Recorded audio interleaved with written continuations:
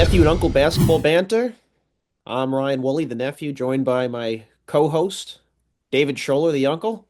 I'm going to actually start with an NBA topic, okay? I'm going to highlight a Sure. player that was picked ninth in the NBA draft last year, Zach Edey. I Oh, thought great. I we love would Zach talk Edey. about him and actually how well he's doing, Uncle Dave. He's having a really good rookie season. He's averaging 11 points and 8 rebounds a game.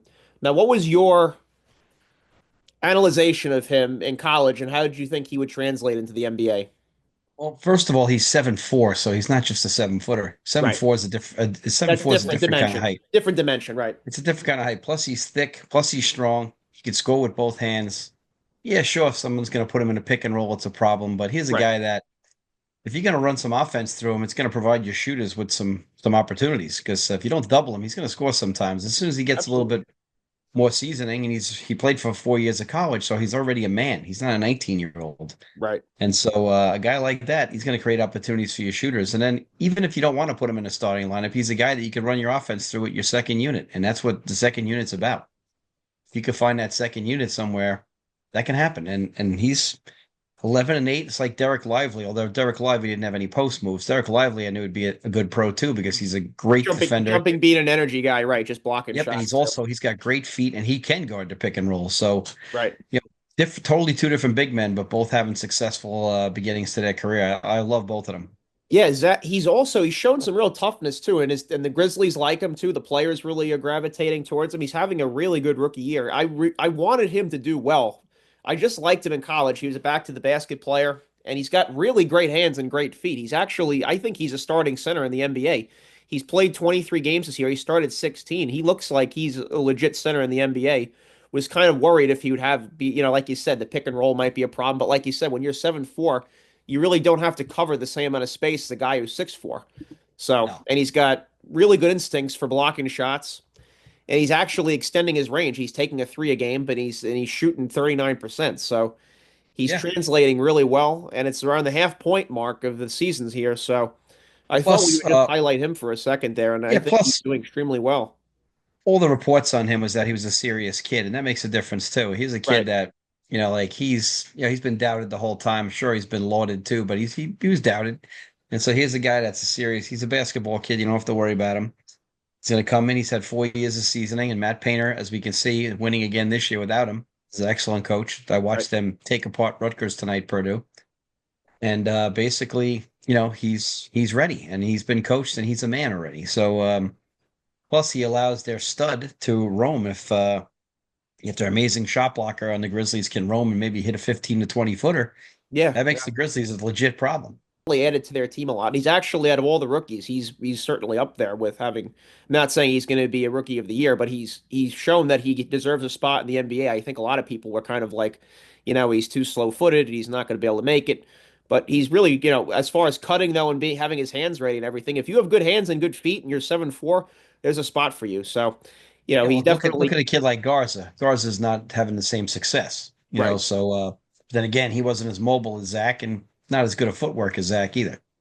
Yeah. All right. Well, I just thought we would start with the Sure, show tonight with highlighting Zach Edey's having a really good rookie sure. season. He's shooting 60% from the field too. So I think Great, we're gonna keep an eye on him. Definitely glad because great. he's a 4-year player, kind of like we've talked about. We like our guys that were kind of old school, stayed all 4 years, Sure. and having a really excellent rookie year. So I Yeah, thought we would no just doubt. start with that right there. Yeah, great.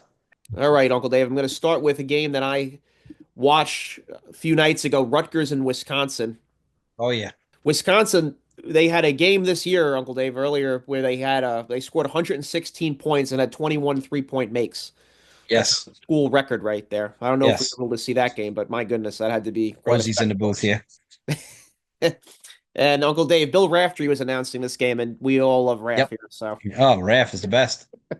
other than Dick Vitale, he might be the best voice in college Yeah. basketball. He Yep, probably he is. is.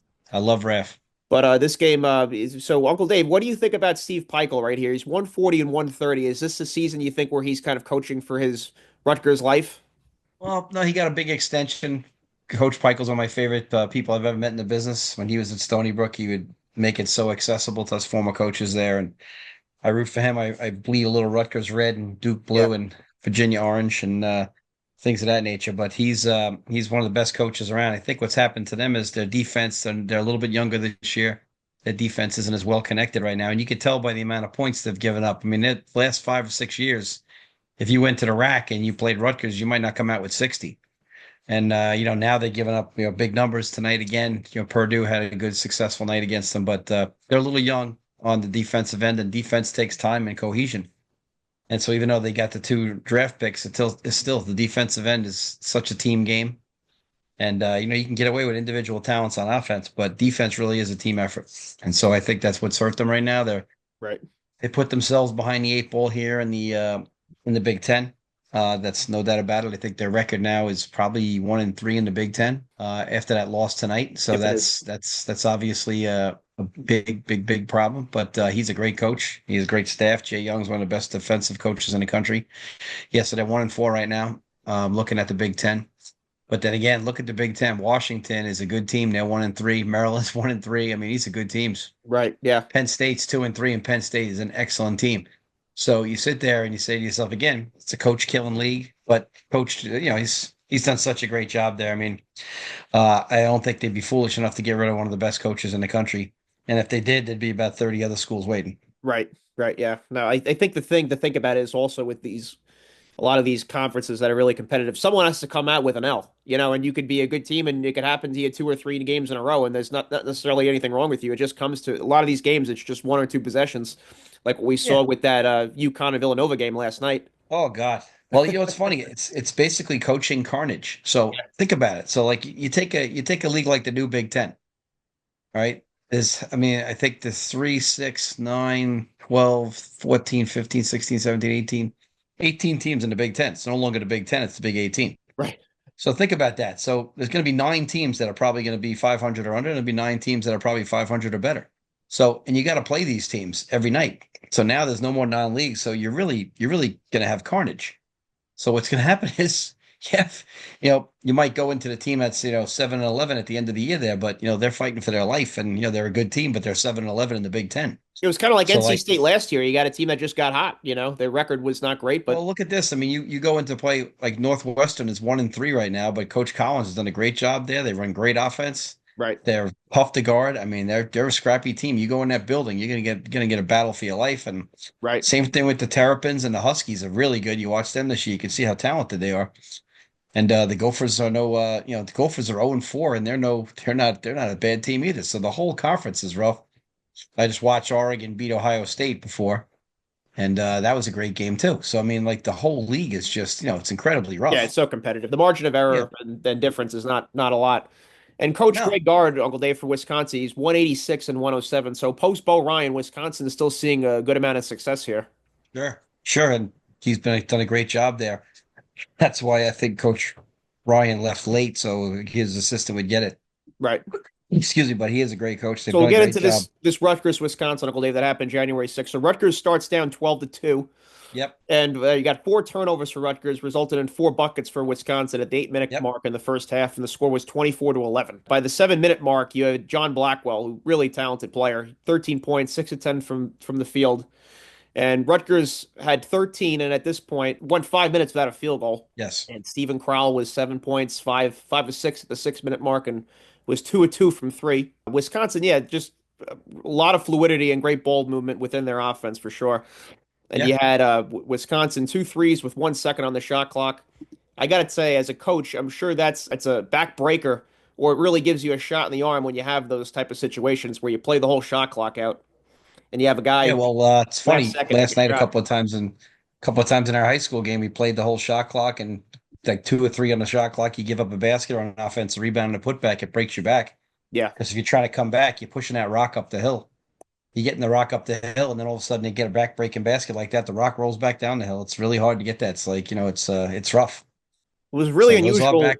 back Yeah, breakers. what was also really unusual about this Uncle Dave this game is Wisconsin had 0 free throw attempts in the first half. I don't know if Yeah. I've ever seen a game like that where you had a team shoot literally 0 free throws in a half. Yeah. Well, she shot it really well the other night. I caught the first half on the radio on my way home from a game, and then I saw the second half on TV, and it was great because like Rutgers was making a run when I was getting out of the car, but They Right. could never quite close that gap. And Wisconsin and Rutgers have had some great games in the last several years, but it just didn't work out. And they kept rooting for Rutgers to get over the hill because they're a team that I really root for. But like I said, they're very young this year. This is the youngest they've been. And What was so, incredible in this game was it was 43-34. Wisconsin was up at halftime. And John Tonje, he averages 19 per game and he only had 2 points at half. Ace Bailey averages 20. He only had three at half. And Dylan right. Harper averages 23 at zero at half. So you're Rutgers in this game. You're down nine, but your top three scorers here, Right. basically, they didn't have any points and you're only down nine. So you have to feel pretty good about going into the second half there.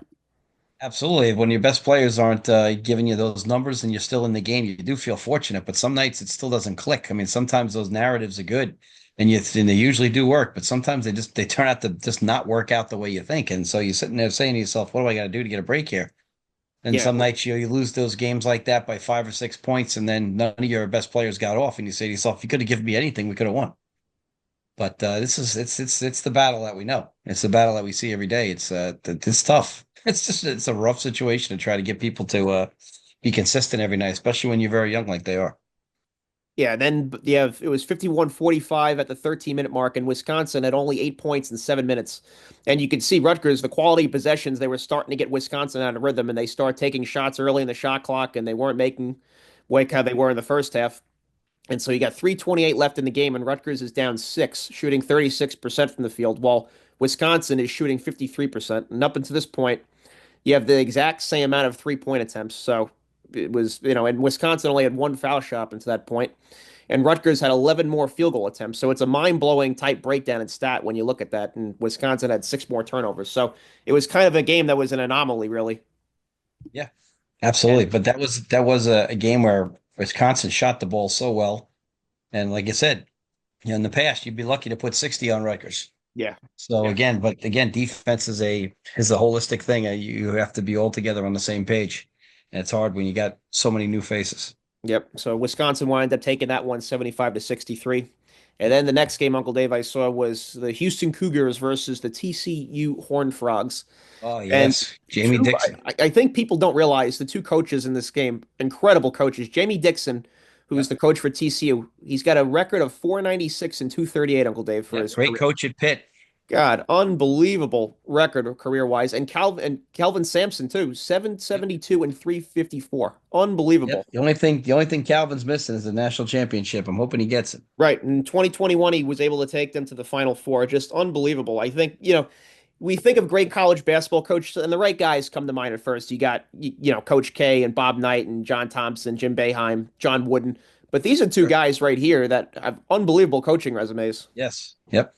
And, They're like the Mike Brays of the world. Mike Brays had a great career too. You get these guys that just keep Jim Larinagas that keep putting up all those right, they're numbers. in that second tier, but they've Yep. been incredible for the game for Right. sure. They haven't gotten to spike the ball and get the total prize, but they're right there, you know. Right, exactly right. It's not that they don't know it, less X's and O's or Right. anything like that, Right. right? Exactly. Yep. So Jamie Dixon, Uncle Dave, three consecutive 20-win seasons and made the tournament the last 2 years for TCU. Just unbelievable Sure. record right there. Yep. TCU's tough. I mean, when he left Pitt, a lot of people are disappointed because Pitt basketball then had a little bit of a lull, but now Capel's got it back. But it was tough because Jamie Dixon had Pitt right there, where he had Levance Fields Right. and all those great teams there. He had him, battling for the Final Four, and it's just a great, great, great coach. And his sister was a great coach too.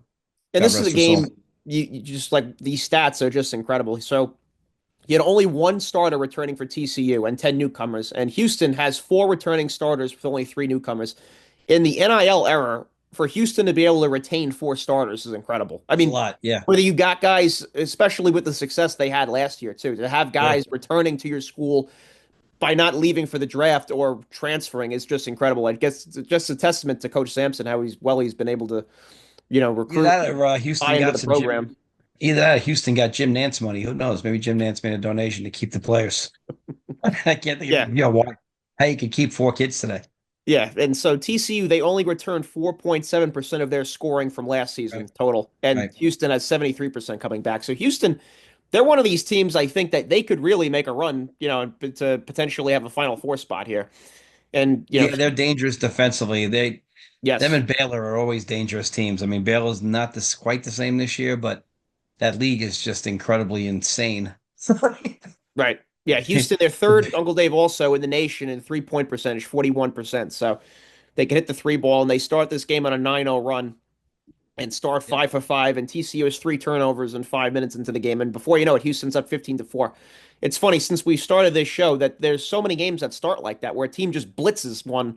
Then Yep. before you know it, it's like 16-3. These scores, Yeah. we've Well, seen this over and over again, like and BC I, and and I've Miami. yeah, and I've noticed it over the years. You feel like the players are just they're less consistent as a whole, and so I think that's why you get out to these crazy scores. I see it. You see it in the high school games too. It's pretty crazy. The funny thing is TCU is doing all this right, and they're 1-2 in the league. It's tough. Yeah, Kansas State, who had a great run 2 years ago, right now is 1-2 in the league. It's the Big 12 is crazy. BYU's thinking, geez, what do we leave our other league for? They're 1-2. right. I mean, it's a tough league. Kansas Jayhawks straightened it out a little bit, 2-1, 2-1. Arizona's 3-0. Houston's 3-0, and Iowa State is obviously under the radar a little bit for a great team. They're 3-0 as well in the Big 12. Jesus, yeah. And then, TC, I think all Houston, it's also, you have to remember that they're first in the nation in total points scored against. So they're allowing the fewest amount of points. So Yep. defensively, they're a really incredible team as well. So, that Defense translates. travels. Yes, absolutely. Defense So when you, travels. Defense goes on the road. Defense plays at home. So I right. mean, And these when you can games where, defend, you're in where you're, games. where you're playing, in your tournament, or you're playing in the NCAA tournament, when you have a great defense on top of the pressure already, you're in a neutral site, you're in a gym that guys aren't familiar shooting, and that could really take you a long way. Sure. Yeah, So it's defense is the great equalizer. Houston just basically they were able to control this one steadily and win that game 65-46. Okay. And TCU 19 turnovers, just way too many turnovers. So, and Houston only had 10. So when you're plus 10 in the turnover battle and you shoot 5% better from the field and you have more made free throws, you're destined for victory at that point. Oh yeah. So Houston able to take that game over TCU. And then the other Uncle Dave, other game I watched was Duke and Pitt. Yep. Great And game. Duke, they start out in a matchup zone, Uncle Dave, in this game. I don't know if you noticed that. Yep. Yep. They had Molly Lock and Cooper Flagg at the top of the zone and able to kind of bother Pitt a little bit offensively, I thought. Sure. Sure.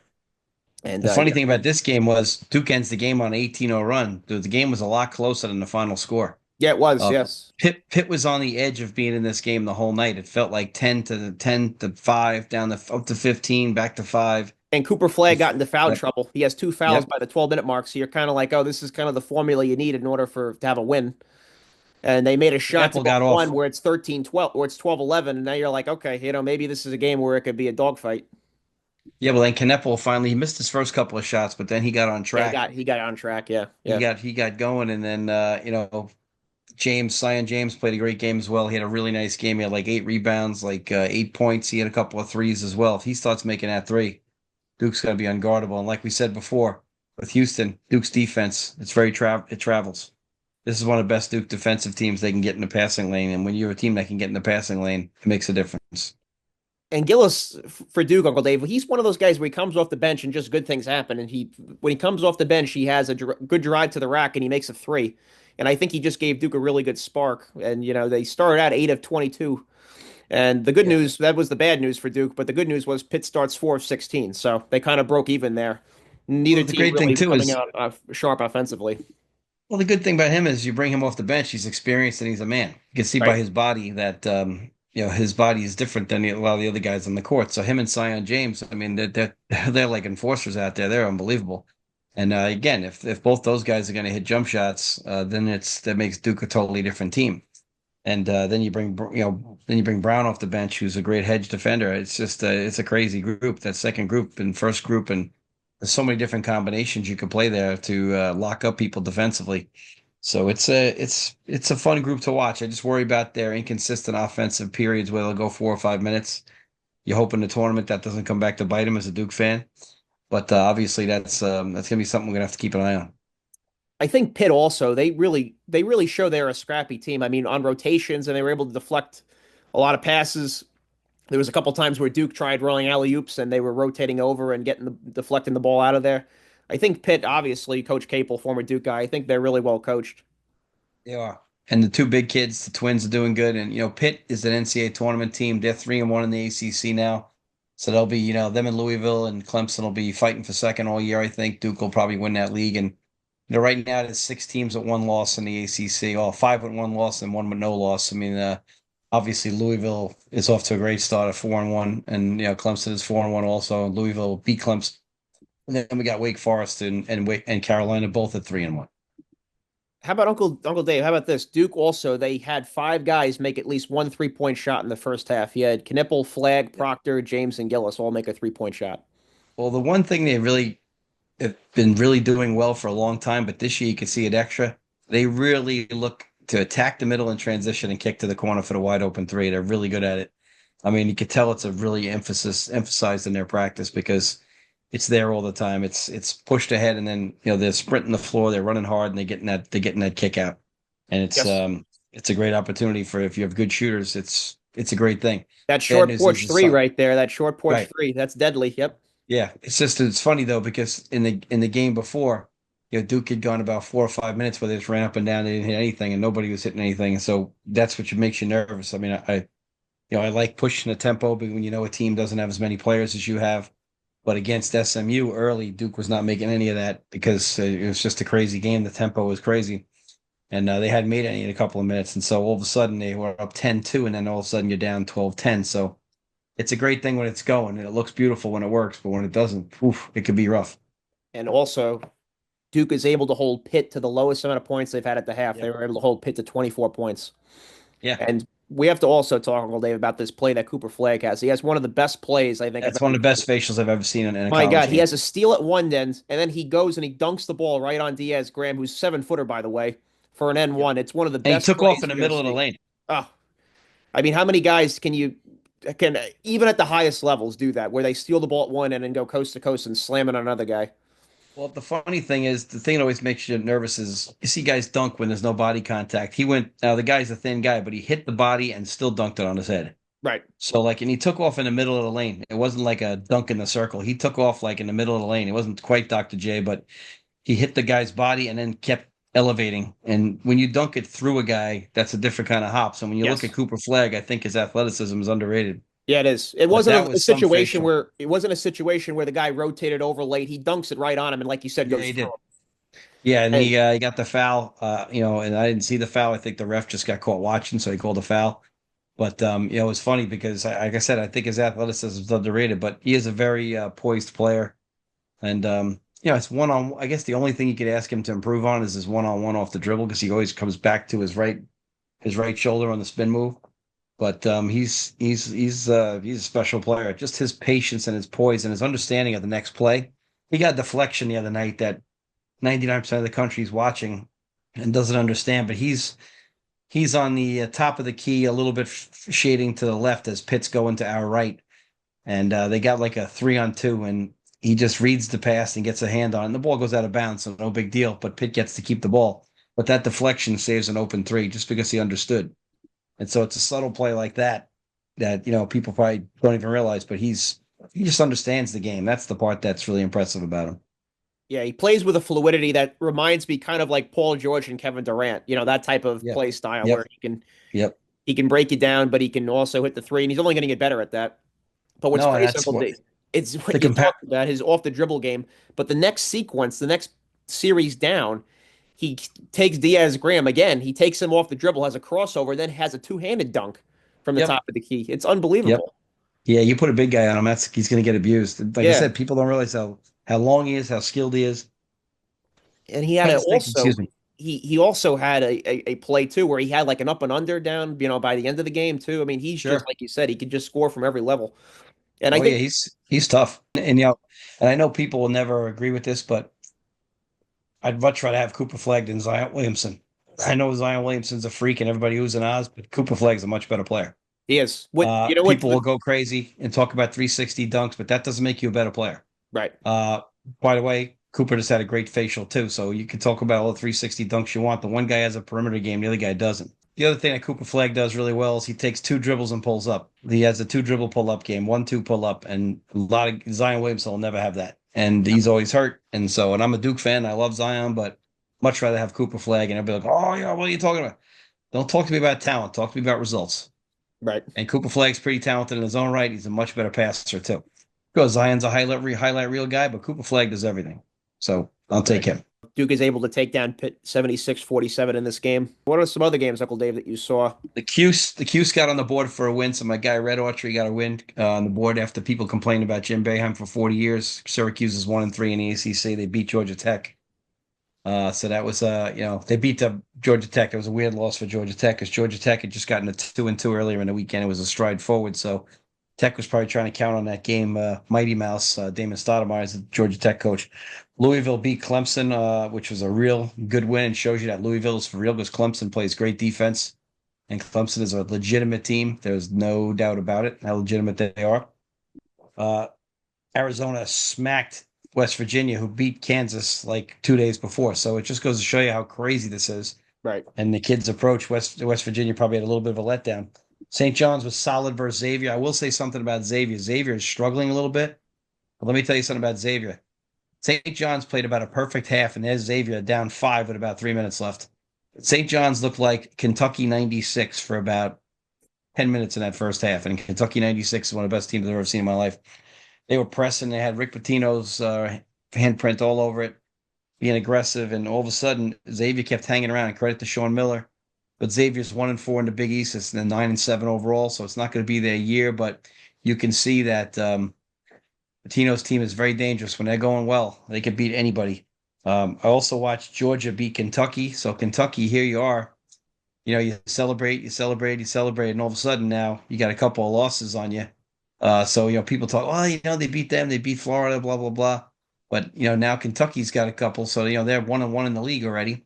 And speaking of the SEC, Arkansas, John Calipari having a great preseason, but he's 0-2 already in the SEC. And Right. this is what we're talking about. Oklahoma off to a great start, 13-0, 0-2 in the SEC. So here we are talking about coach killers. These leagues kill coaches. Yeah. So all of a sudden, Auburn, Mississippi State, Alabama, and Ole Miss, they're all 2-0. Texas A&M with my man Buzz Williams 2-0. But everybody else, all of a sudden, Oklahoma and Arizona, who's supposed to be good, and Texas, all 0-2. Right. So fan bases are already panicking because people just have less patience than ever before. And then, excuse me, NC State beat Notre Dame in a big game. Notre Dame can't buy one. So they're just having a little bit of a struggle right now. They had a chance to win this game. Missed a good shot at the buzzer. State scored late, but that was a good game. Florida State crushed Miami. Miami's 0-4. They look like they're going to be the basement dweller for the ACC. Indiana beat USC, so USC looks like the Big Ten is giving them a little bit of trouble here, I obviously. love Mike Woodson in Indiana. I love that. Yes, me too. I love Mike Woodson as a coach of the Knicks. Won 50 games. Very underrated. Always a good defensive I thought he coach. got a Played for. raw deal with the Knicks. I thought he was a He really good did. coach for them. I really did. He I mean, did. injuries and everything played a factor in that. But I Yep. also, Uncle Dave, he wears a suit. Can we go back to Yep. Yep. It's real. former Bob And Knight then, player? We love it. yep. Yep. And then Nova beat UConn. Great win for Nova. What a Nova's game that righted the was. ship here. I watched the last 10 minutes of that game. Unbelievable. Yep. Well, Nova's righted the ship, and so maybe Coach can salvage something for himself. Alabama beat South Carolina. South Carolina's in the bottom, and Ole Miss beat Arkansas. So here you are.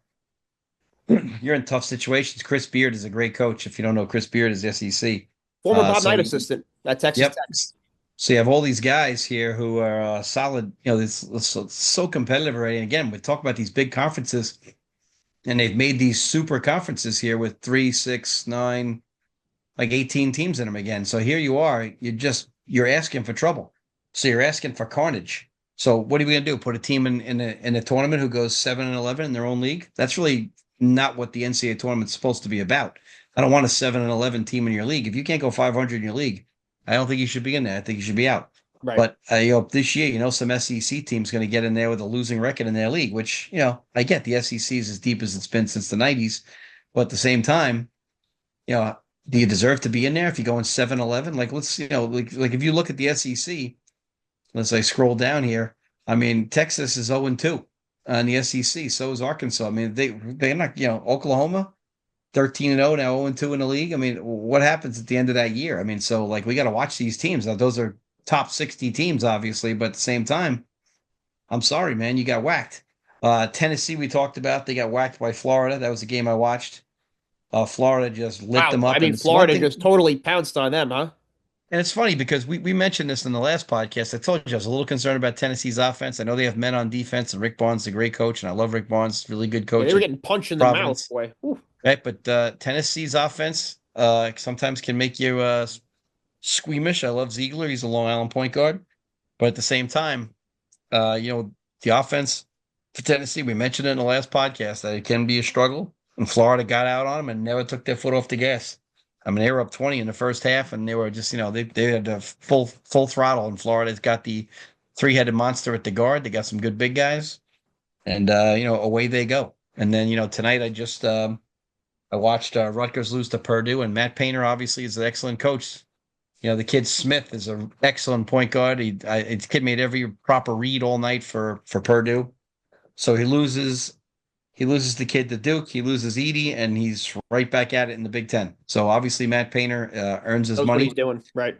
Obviously a great coach. They played so well at Rutgers, and that was a great game tonight. And then I watched Oregon beat Ohio State tonight. At the end of that game, Oregon beat them in the last couple of seconds. So Dana Altman, another guy who definitely gets forgotten sometimes. It's great to see that. But again, that's a big game tonight because if you look now, Oregon's 2-2 in the Big Ten, and Ohio State's 2-2. So it was crazy. You could have been 1-3 in the Big Ten. You've been looking at some trouble. So that's how Maryland's feeling right now, and Rutgers, and then Washington and your USC is 1-3, but I don't think they're a great team. But Maryland certainly is a good team, and they're 1-3. I also, when it comes to tournament time, I always side with the school that's the smaller school but has a really great record over a team that's a bigger, well-known team but has a more average Absolutely, record.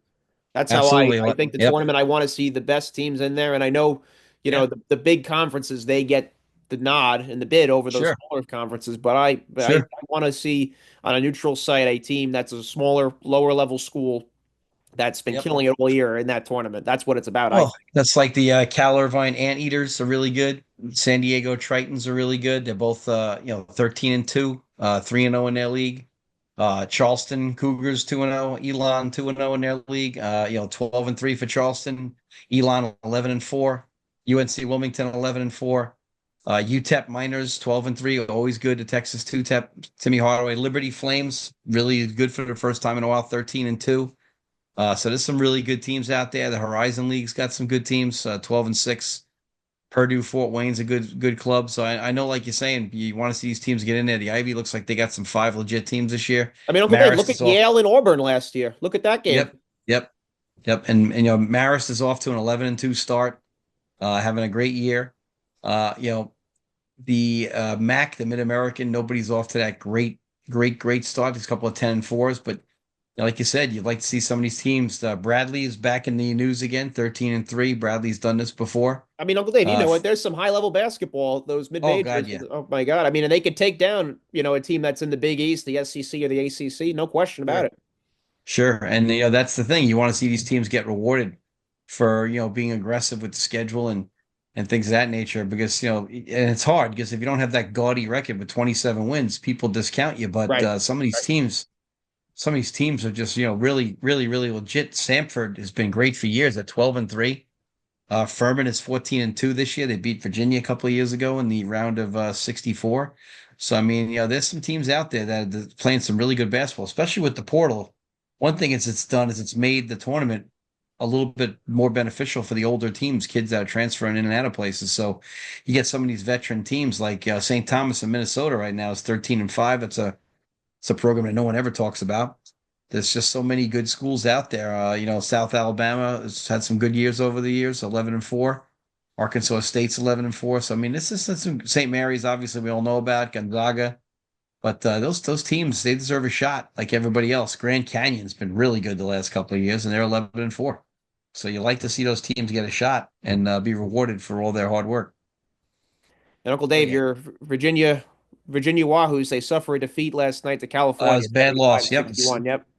it's the same loss they've had this year many times, though. The Right. first half is solid. Second half, it gives away to turnovers and offensive rebounds given up.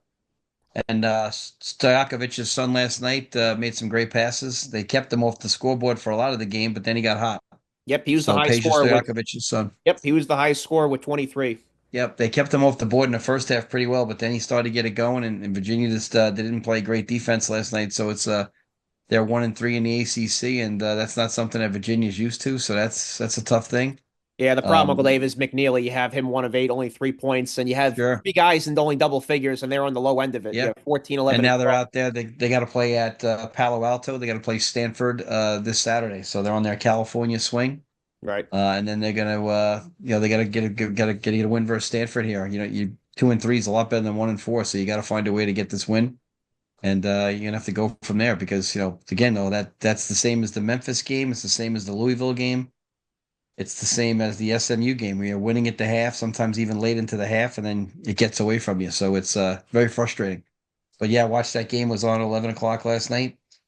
I watched that game in bed, and yeah, very frustrating. I don't Yep, they still win the don't game. think They win the Sanders. turnover. They win the turnover battle by 2. But the Yep. problem is you shoot 19 of 58, 33%, and that's Yep. just not going to get it done. You can't win a game shooting like No. that.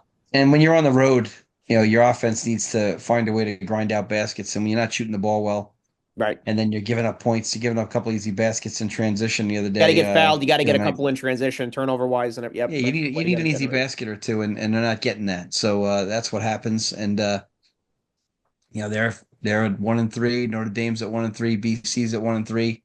And Cal last night, they were 0-3, and now they get a win versus Virginia. So you're hoping to get that game last night, but now Cal comes out of there with the W. And so you got 6 teams at 1-3 in the ACC, and then Miami at 0-4. So Miami looks like this is going to be the long year from it's a long journey. They're 4-11 overall. Right. This is one of those where you're finding out maybe who you're going to keep for next year, right? You're going to be already Yeah, well, evaluated. I'm sure all those kids will hit the portal because it can never be their fault. It's never their fault that they're getting paid and they have a scholarship and they go to class with his palm trees, and it's never their fault. Right. Yeah. It's never their fault that it.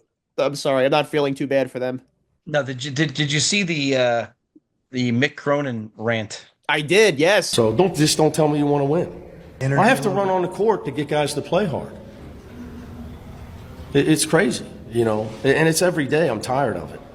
It's every day. I have the most energy of anybody at practice every day. I'm upset with everybody in that locker room, my assistant coaches and my players. I mean, I don't need to do anything else. I almost got 500 wins. I'm only 53. You think I'm coaching the Lakers? I mean, it's a joke. What the truth of it is, Ben, it's really hard to coach people that are delusional. The hungry dog gets the bone. We got guys that think they're way better than they are. They're nice kids. They're completely delusional about who they are. And the team that's mind is on the right stuff and hungry to get a win in conference play is the team that's probably going to win. I did. Now I'm sure. Like, let's talk about that there. Where I've seen guys are about 5 other delusional. You've been coaches make talking the same. about this forever, right? Yep. Break it down. Well, he says it's hard to coach players that are delusional. And then he says that he has the most energy in practice, even more than his assistants and his players. And he says, and I got 500 wins, and I'm the one with the most energy in there. And Mick Cronin is a good coach. And he did some great things at UCLA there before, and Cincinnati before that. But it's a situation where he's talking about it's hard to coach players that are delusional. And this is what the NIL and the transfer portal has done. Mental illness. It's taught people that it's never you. It's never your fault. And, you don't have to, you're not playing for anybody but your money. And so it's become, basically, it's become high level prostitution in a lot of ways. I mean, like you don't even have to sit out when you transfer anymore. So the minute it doesn't work out the way you want, Right. are you going to dig in? You're going to take coaching? And then I saw Gino Auriemma say the same thing. Are you going to be allowed yourself to be coached? I mean, so I've seen these rants from multiple coaches. And are you going to allow yourself to be coached? I saw the guy at Missouri State saying the same thing. I mean, just again, coaches just talking about, it's funny because then you read the comments on a social media site, and these are people who are NARPs who never played or coached the thing in their life. They don't know what the hell they're talking about. So they're like, oh my God, what is he talking about? Well, you don't know what the hell he's talking about. So just shut Right. the hell up and do yourself a They'll favor. say he's out of touch now. Yeah, exactly. Because he has a standard and demands effort and demands that you give a crap about the product. If you do He's that, not now you're out of adjusting with the touch. times, Yeah, he's not that sort adjusting of with the thing. time. So you should let the kids do whatever the hell they want. Right, right. So at that point, you don't need a baby. You need a babysitter, not a coach. But it's just Cronin has been a very successful coach, so He has it's been. very frustrating for him. So it's This is what player I'm empowerment I'm gets not you. shocked. This is what it Yeah, gets you. Yeah, but this is where this modern system, and everybody gets on and rants about the NCAA. The NCAA didn't create this modern system. These lawsuits did, and all the people like, yeah, you should get paid. Well, they're already were getting paid. Let's be honest. Let's be real about it Right. here. Right. I've been in that business for a while. You got UCLA now 2-2 in the league, 11-4 overall. But again, you're begging guys to play hard. Even even see it on the high school level is there's a lot less sense of urgency. There's a lot less concentration, a lot more mental breakdowns. Been coaching at that level for 29 years, and it's you can see the breakdowns. It's more frequent, just not locked in. It's a different world. If your head's always in your phone, where's your concentration level on other things? So it's a factual thing I've noticed as a teacher and a coach. It's totally changed, and Absolutely. it's trickled up to the college kids, and now if you got a nil deal, you're like, wait a second, coach, I got $1 million nil meeting before I come to practice, so I'll be late to practice because I got to meet up with the truck dealership. I mean, like, what the hell have you created when you're doing that? I mean, I know. seriously, you tell me Yeah. that's not happening? Oh, So like, absolutely. oh yeah, I got to go meet my guy who's giving me $1.5 million. I'm gonna be late today, coach. Like, and the kid doesn't see anything wrong with that. No. No. And so, They think they're being kid, infringed upon if you're demanding them to get to practice on yeah, time. yeah, you're the crazy one for demanding that they be at practice on time. You're the crazy Right. one for demanding that they be ready. Right. So it's crazy, but that's the world you live in. This is what we've created. So now we're gonna reap the benefits, or you know, not reap the benefits, I guess. But it's kind of crazy. I think you're going to So have to do what you do in the NBA and the NFL. You're going to have to find guys. You're going to have to treat them like a professional athlete. yeah, well, I mean, you're gonna have to, but then again, at the same time, I'd like to say point out that if you ain't getting it done, you shouldn't get your money Right. because in all walks of life, if you ain't getting it done, you don't get paid. Right. Yeah. If I don't get it done, I don't get paid. I mean, like in all walks of life, like if you want to, I don't know if you saw the court ruling that the Dartmouth players aren't allowed to unionize, so they tried to start a union, and I don't want to be mean here or anything, but when's the last time Dartmouth men's basketball did a goddamn thing? Who the hell are they to unionize? If they had a Right. union, they'd be fired. They stink. Right. So, I don't want to hear We from are going that. to replace you with new players. Right. Exactly. So if you want to unionize, well, then how about we fire your ass when you stink?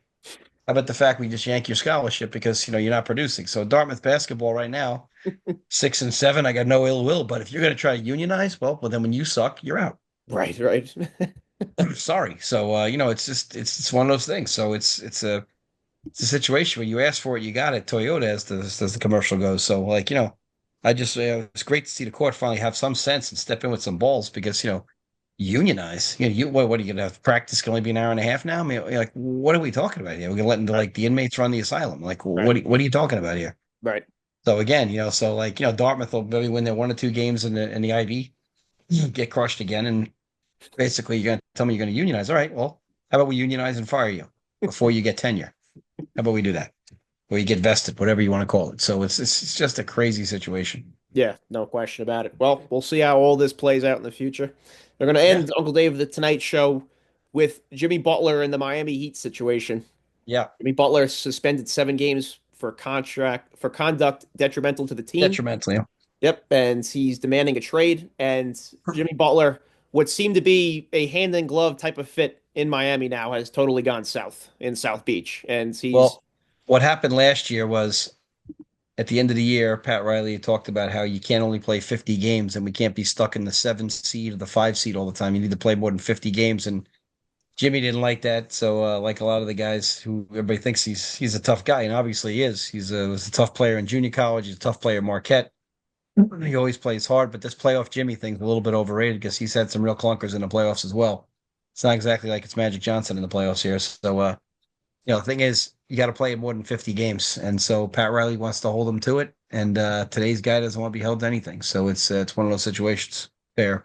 I'm happy for the Heat, but now when you know that they're trying to get rid of him, you're going to get fleeced. right. Yeah, No one's they're going gonna to give you they're no gonna one. ask for him on the cheap now. That's absolutely the Yeah, correct. no one's going to give you value because you're not playing him, Right.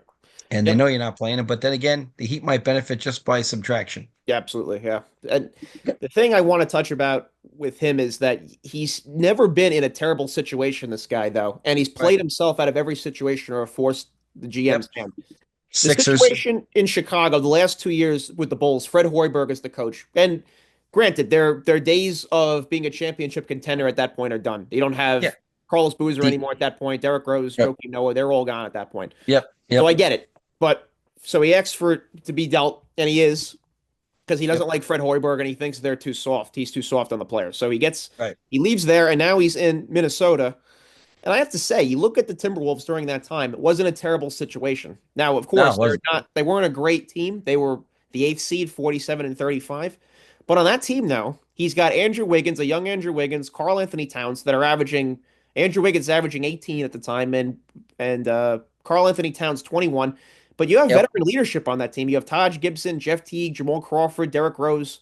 Yep. You got a young Tyus Jones. So it wasn't a Yep. terrible situation that he was in there. And again, Yep. he's not happy there. He thinks, again, management and Tom Thibodeau too soft with Andrew Wiggins and Karl Anthony Towns. So he doesn't Yep. like it there either. So then he's dealt again. And now he's in the Philadelphia 76ers situation, Loaded team. which is that at that time, the 76ers, they were a 51 and 31 team. They were third in the Yep. East. One Kawhi Leonard shot away from going to the NBA Finals there. Yep. So they're in a Yep. great situation there. He is. He's got Joel Embiid, who's the MVP that year, 28, just an incredible season. And you have Robert Covington, who was really good.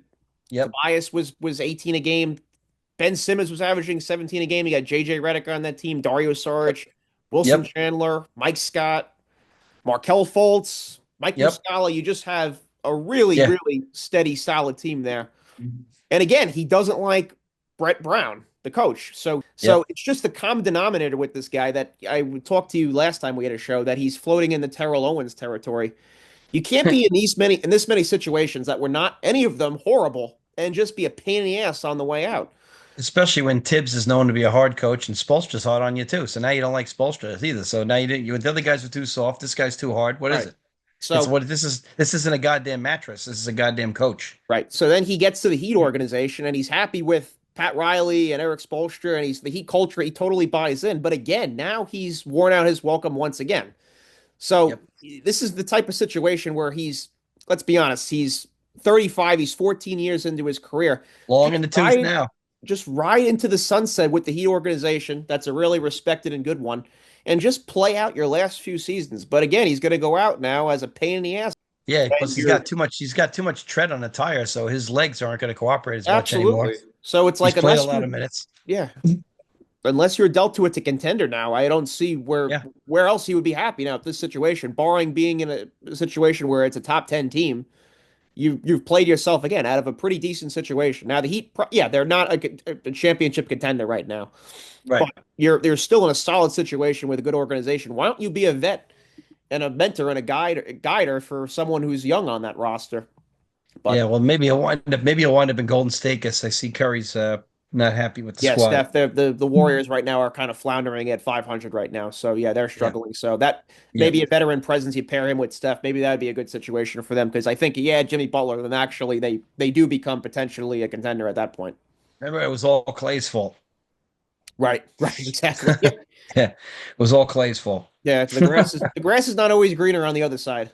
No, Clay was just a great professional. He had a couple of knee surgeries, so I get it. But let's not sit here and try to blame Clay for the Kennedy assassination and everything else in the world. So Draymond acts like a jackass, and you know, Steph is a great player and all, but how many guys is he making better? And I love Steph, but that's where when people say he's better than Magic Johnson, I want to puke. Magic's box score every night impacts the game. This other guy has a bad shooting night. It's not impacting the game, except on the Right, spacing side of the floor. right. So it's drives you crazy. So it's go look at Magic's life. See how many 500 teams he was on. Yeah, yep. I'll give you the answer. None. So But I I think mean, that's a yeah, good place, Uncle Dave, to wrap it up there. sure, All sure. right. So And I'll be watching the net. We got a bunch of good games tomorrow night for college. Some big games tomorrow night, headlined by what do we got here tomorrow night? Friday's usually a slower day, but some of the leagues are now jumping in. I think Wisconsin plays tomorrow night. Yep, Wisconsin plays tomorrow night against Minnesota at home. We got some of the small leagues. UCLA's at Maryland. Maryland's got to get on the right track. And then, of course, Saturday is a huge day. Everybody's in action on Saturday. Notre Dame at Duke at noon. Obviously, that's a Must fun see. game. Yep. That'll be a fun game. USC's at Illinois. Louisville's at Pitt. St. Bonaventure and LaSalle's an interesting game. Auburn's at South Carolina. That's not an easy game on the road there. You got to keep an eye on some of these lower schools. Charleston and Monmouth's not an easy game. Charleston's a good squad. UConn at Georgetown's a very big game because Georgetown looks legit. Iowa State at Texas Tech is not a gimme either. So some great games on Saturday. Obviously, the Ivy League season kicks off, so that's exciting. Syracuse at Boston College, so somebody's going to get a win out of two teams that are desperate.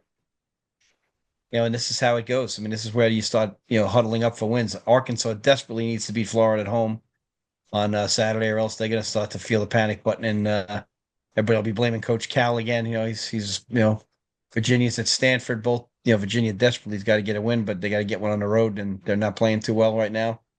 So just so many great games, and Tennessee's at Texas, Houston at Kansas State, Oklahoma at Georgia. So this is going to be just like a smorgasbord of basketball, and Alabama at Texas A&M. All good stuff. So we'll try to get together Sunday night then for a show Sure. because we're going to have such a Sure. great slate for tomorrow Sure. and Saturday. I think will make Sure. sense for maybe a Sunday night show here. We'll Sure. be Absolutely. editing this one. Absolutely. So Sunday night we will Absolutely. plan for the next one. So everyone, till then, live long and prosper, and may the force be with you. All right. Sounds good.